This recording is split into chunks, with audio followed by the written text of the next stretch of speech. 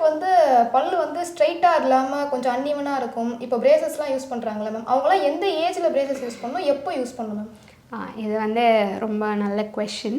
ஆக்சுவலாக வந்து பார்த்திங்கன்னா பல்லில் வந்து பிரேசஸ் இல்லைனா அலைனர்ஸ் வந்து எப்போ போடுவோம் அப்படின்னு பார்த்தீங்கன்னா பல்லில் வந்து என்ன மாதிரி பிரச்சனைகள் வருதோ அதை பொறுத்து தான். இப்போ வந்து பல் வந்து முன்னாடி இருக்குது, இல்லை வந்து முன்ன பின்ன இருக்குது, இல்லைனா வந்து பார்த்திங்கன்னா தாடையில் வந்து ஏதாவது பிரச்சனைகள் இருக்குது, இல்லைனா கேப்ஸ் இருக்குது, பல்லுக்கு நடுவில் வந்து இடைவெளிகள் இருக்குது. இந்த மாதிரி பிரச்சனைகளுக்கு தான் யூஸ்வலாக வந்து நம்ம வந்து பிரேசஸ் இல்லைனா அலைனர்ஸ் வந்து போடுவோம் கண்டிப்பாக.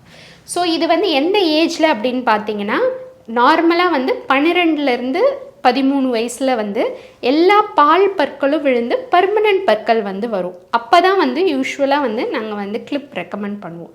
ஆனால் ஒரு சில குழந்தைகளுக்கு வந்து அதை விட ஏர்லியாகவே, அதாவது 8லேருந்து 9 வயசில் கூட நம்ம வந்து கிளிப்பு வந்து சஜஸ்ட் பண்ணுவோம்.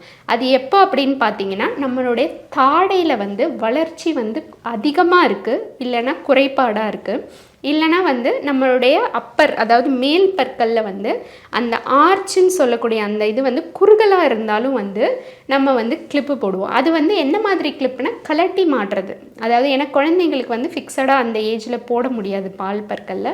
ஸோ கலட்டி மாட்டக்கூடிய கிளிப்புகள், அதாவது பிரேசஸ், ரிமூவபிள் அப்ளையன்ஸ்ன்னு சொல்லுவோம், அதெல்லாம் போட்டு அந்த வளர்ச்சியை வந்து நம்மளால் கட்டுப்படுத்த முடியும். ஏன்னா அதுதான் வளர்கிற வயசு. ஸோ அந்த வயசில் வந்து அது போட வேண்டியது இருக்கும். சரிங்க. இல்லை அது போட்ட பிறகு தேவைப்பட்டால் பின்னாடி, அதாவது அந்த சொல்லக்கூடிய 12 இல்லைன்னா 13 வயசில் தான் யூஸ்வலாக வந்து நம்ம வந்து பிரேசஸ் இல்லைன்னா அலைனர்ஸ் போடுவோம். ஆனால் அலைனர்ஸ் ஆர் பிரேசஸ் போடுறதுக்கு அதுதான் ஏஜா அப்படின்னு கேட்டிங்கன்னா அப்படி கிடையாது. அதுக்கு ஏஜ் லிமிட் கிடையாது. எந்த ஏஜில் வேணாலும் நீங்கள் வந்து பிரேசஸ் இல்லைன்னா அலைனர்ஸ் வந்து போட முடியும்.